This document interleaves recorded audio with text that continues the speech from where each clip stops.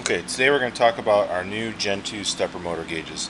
They're available in 3 3/8, 4 3/8 inch mounting hole size. They offer LED backlighting, programming, warning outputs, all the good stuff you come to expect from new vintage. But right now we're going to talk about how to program them. Everybody has to program them, pretty much whatever you're doing, so let's go over that first. First thing we need to do is, all we need to do is hold in your programming button while turning on the key. Wait a second, and you enter the menu. We're going to scroll to the configuration menu, holding the button. Clear service hours, we won't worry about that now. Clear service distance, we'll talk about that another time. Set PPU, that is what we're going to do here is we're going to set the input manually. So I'm going to hold in the button. Shows 8,000 pulses. Now we ship all our speedometers with all of these speedometers with 8,000 pulses per mile. What that means is as your speed sender generates a signal, it's going to send 8,000 per mile. So what we're going to do is we're going to set this one up for an LS engine. So I'm going to change this to 4 just by scrolling up, and you can see about every 2 seconds it'll move to the next item. So you can change this to whatever you want. In general, you won't really need to use this, but LS engines, GM computers output 4,000 pulses per mile. GPS senders output 8,000 pulses per mile or 16,000 pulses per mile.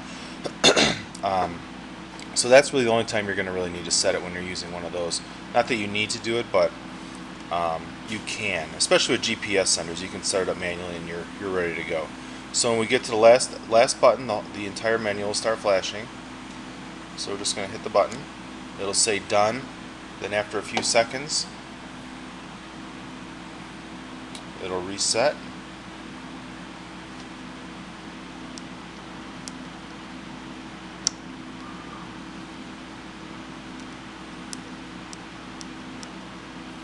Now it's gone back into calibration mode, and let's see what we got here. I'm going to throw some pulses at it. There we go, programmed. Okay, now what we're going to do is we're going to talk about how to program it by driving a measured mile. This is the preferred method if you're using a integrated speed sender from the factory. Even if you're using an LS with a PCM output, if you're using a screw-on speed sender, this is the best way to go. So here we'll go over right now. So we're going to do the same thing. We're going to hold in the button while turning on the key.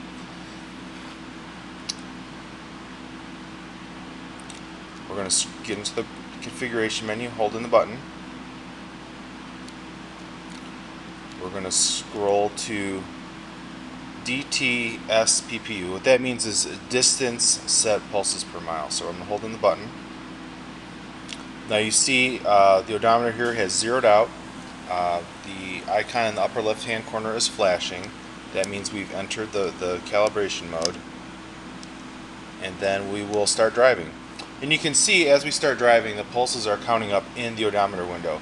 That's telling you that we're receiving a signal and it's good, and you can see it's relatively constant excuse me, as we're driving. So if you don't see that number counting up, what that means is we're not receiving a speed signal, and it's best to consult the speed signal manufacturer or give us a call and we'll help you out. So at the end of that mile, we're going to stop. You see we've got 4,734 pulses per mile. You can stop, you can start driving again. Let's say you had a stop sign. Doesn't really matter. Try to drive a straight line. Try not to go around corners and things like that if you can. Here in Detroit, all the roads are a grid and they're all a mile apart, so that makes it nice and easy. So once you reach that, we hit the button. It says done. And that's it, we're done. It's that easy. You can do it in about 10 seconds. You can do it as many times as you need to. What's important is you find a mile and you drive a mile. And that's really all there is to it. It takes about 2 minutes to set it up manually or by driving a mile, and you should be all set and enjoying your speedometer.